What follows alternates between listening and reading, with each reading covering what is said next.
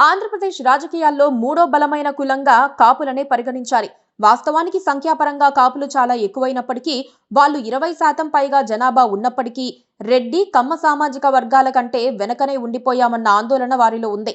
కాపులకు రాజకీయ హక్కులు పెరగాలన్న ఉద్దేశంతో పవన్ కళ్యాణ్ కు ఓటేసినప్పటికీ ఆయన తమకు ఎలాంటి సాయం చేయట్లేదన్న ఫీలింగ్ వారిలో వచ్చేసింది. ఈ క్రమంలోనే కాపులను గట్టిగా ప్రోత్సహించాలని వైసీపీ నిర్ణయించుకుని ఒక సమావేశం నిర్వహించగా, అందులో ఉమ్మడి విజయనగరం జిల్లాకు చెందిన మాజీ మంత్రి బొత్స సత్యనారాయణ కీలక పాత్ర పోషించారు. కోనసీమ జిల్లా రామచంద్రాపురం నియోజకవర్గంలోని వెంకటాయపాలెంలో జరిపిన సమావేశంలో బొత్స కొన్ని సూచనలు చేశారు. కాపులను మళ్లీ వైసీపీ వైపుకు లాగాలంటే తమ సామాజిక వర్గానికి రిజర్వేషన్ కల్పించే అంశం మరోసారి పరిశీలించాలని బొత్స అభిప్రాయపడ్డారు. అదేవిధంగా కాపు కార్పొరేషన్ కు బకాయి ఉన్న నిధులు విడుదల చేయించేందుకు పోరాడాలన్నారు.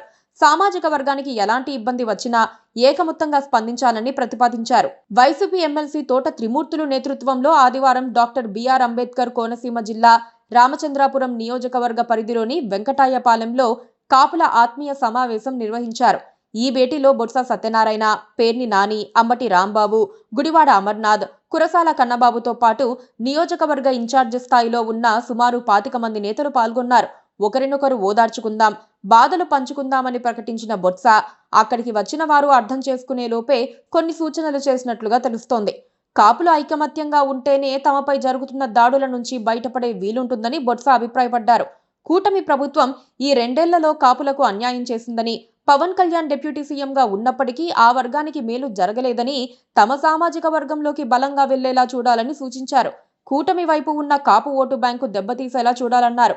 డిప్యూటీ సీఎం పవన్ కళ్యాణ్ కాపు సామాజిక వర్గాన్ని పట్టించుకోకపోగా తమ కులాన్ని కించపరిచేలా మాట్లాడుతున్నారని సమావేశానికి హాజరైన వారు ఆరోపించారు. కాపులను ఓటు బ్యాంకులుగా చూసే వారిని దూరం పెట్టి రాజ్యాధికారం దిశగా అడుగులు వేయాలని నేతల్లో ఒక ఫీలింగ్ వచ్చేసింది. 2029లో వైసీపీ గెలవాలంటే బలమైన కాపు సామాజిక వర్గాన్ని తమ వైపుకు తిప్పుకోవాలని వైసీపీ ఒక నిర్ణయానికి వచ్చినట్లుగా భావించాల్సి ఉంటుంది. వైసీపీ హయాంలో కాపు నేస్తం లాంటి పథకాలను అమలు జరిపామని, ఇప్పుడు వాటికి సరైన ప్రచారం కల్పించాలని సమావేశంలో తీర్మానించారు. పైగా కాపు కార్పొరేషన్ కు నిధులు తగ్గించటం కూడా సరికాదని, ఎన్నికల హామీల్లో కూటమి నేతలు చెప్పిన 3,000 కోట్ల నిధులను విడుదల చేయించేందుకు తాము పోరాడతామని వైసీపీ కాపు నేతలు ప్రకటించారు. అయితే ఇది తొలి సమావేశం మాత్రమేనని, త్వరలో మరికొన్నిసార్లు సమావేశమయ్యి పటిష్టమైన భవిష్యత్తు కార్యాచరణ రూపొందించుకోవాలని తీర్మానించారు.